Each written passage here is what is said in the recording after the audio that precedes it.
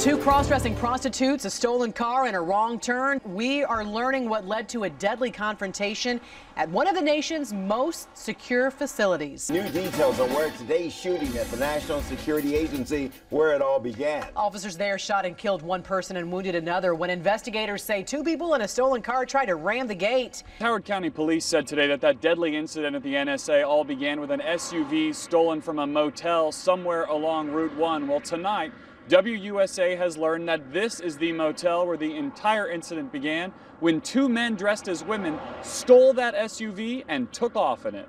A source who was at the Terrace Motel this morning says a man who could be considered the day's first victim checked in around 7:30 a.m. Barely an hour later, that man emerged from his room screaming that, quote, two transvestites had stolen his SUV. Howard County Police Dispatch confirms receiving a 911 call about a stolen vehicle from the hotel about that time. 10 miles away and less than an hour later, this was the scene outside the gates of the National Security Agency at Fort Meade.